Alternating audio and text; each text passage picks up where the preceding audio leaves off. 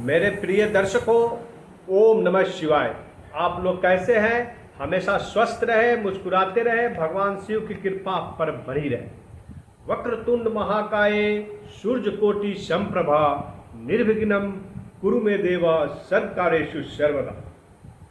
हे गणपति भगवान, हमारे सभी कार्यों को बिना विघ्न बाधा के संपन्न करें। आज मैं बात करूंगा कर्क राशि के जातकों के लिए। यह ज्योतिष वैदिक शास्त्र हमेशा ग्रहों का परिवर्तन लाता रहता है और इस परिवर्तन से हमारे राशि चक्र पे क्या क्या प्रभाव पड़ता है। 12 राशियों चक्र का जो है उसका प्रभाव सभी राशियों पर पड़ता रहता है। तो आज मैं बात करूंगा खासकर कर्क राशि वालों के लिए कि यह कर्क राशि वालों के लिए यह समय कैसा रहने वाला है। जून का महीना, शुक्र का परिवर्तन मेष राशि में हो रहा है। दूसरी तरफ अभी जो मंगल कर्क राशि में है, लग्न भाव पे है, वो 7 जून को सिंह राशि में जा रहे हैं और सूर्य की राशि है। तो मंगल और सूर्य का घनिष्ठ मित्रता है।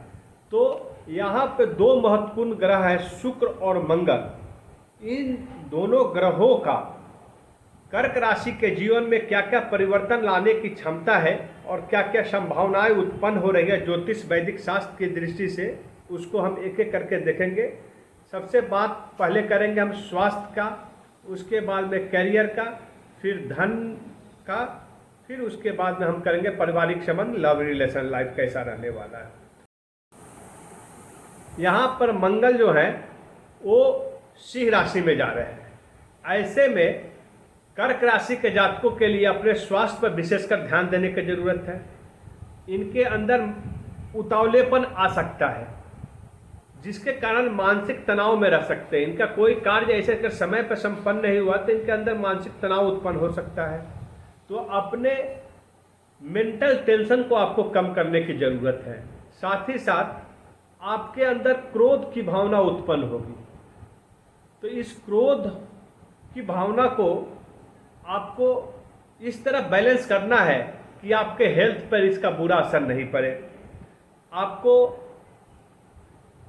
इन्फेक्शंस, यूरिनल इन्फेक्शंस, उदर विकार, गैस्ट्रिक, ऐसे प्रॉब्लम आपको परेशान कर सकता है।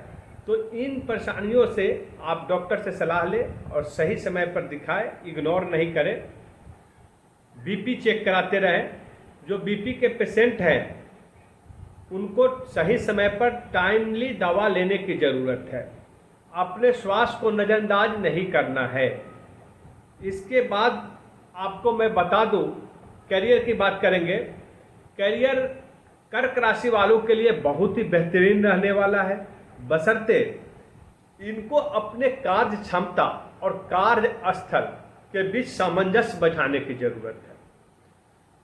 यदि अपने कार्य स्थल पे अपनी कार्य क्षमता जो है उसको आप अनुशासित कर लेते हैं तो आपको बेस्ट रिजल्ट प्राप्त होगा। आपको पदोन्नति मिल सकती है।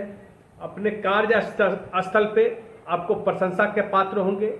आपको मान सम्मान की प्राप्ति होगी। आप अपने कार्यस्थल पे सामंजस्य स्थापित करें। वहाँ के सहयोग कर्मियों के साथ आप अपने साथ ऐसा सामंजस्य स्थापित करें जिससे उनमें एक ऐसा वातावरण बन जाए कि कार्य करने का जो कुशलता होता है वो बढ़ जाए। ऐसा वातावरण आपको बना के रखना है। अपने अनुयायियों के साथ, अपने बॉस के साथ आपको बहुत अच्छे तरीके से पेश आना है। एक अनुभवी व्यक्ति के रूप में आपको पेश आने की ज़रूरत है। ऐसा करने से आपको विशेष फल की प्राप्ति होगी। अब बात करेंगे हम धन का। तो कैरियर बहुत अच्छा रहने वाला है। धन को आपको मंगल का जो सिंह राशि में गोचर 7 जून को होने वाला है, यह अकस्मात धन की प्राप्ति दे सकता है। साथ ही साथ शुक्र जो है वो वैभव, ऐश्वर्य, भौतिक सुखों के कारक माने जाते हैं। वो शुक्र उच्च स्तर पर होने से आपको विदेशों से फल प्राप्ति हो सकती है, क्योंकि आपके शुक्र का गोचर जो है वह कर्म और व्यापार भाव पे है। तो यहाँ पर आपके कर्म क्षेत्र पे उत्साह के साथ आप अपने कार्यों को संपादित करेंगे। व्यापार में चहुमुखी विकास होगा। आपका व्यापार से लाभ की प्राप्ति होगी, इनकम बढ़ जाएगा।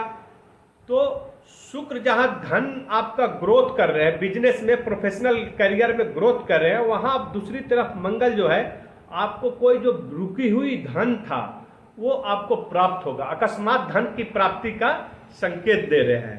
पैतृक प्रॉपर्टी जो है उस प्रॉपर्टी का भी लाभ आपको मिल सकता है। तो ऐसे में आपका धन की प्राप्ति जून महीने के लिए बहुत ही बेस्ट रहने वाला है।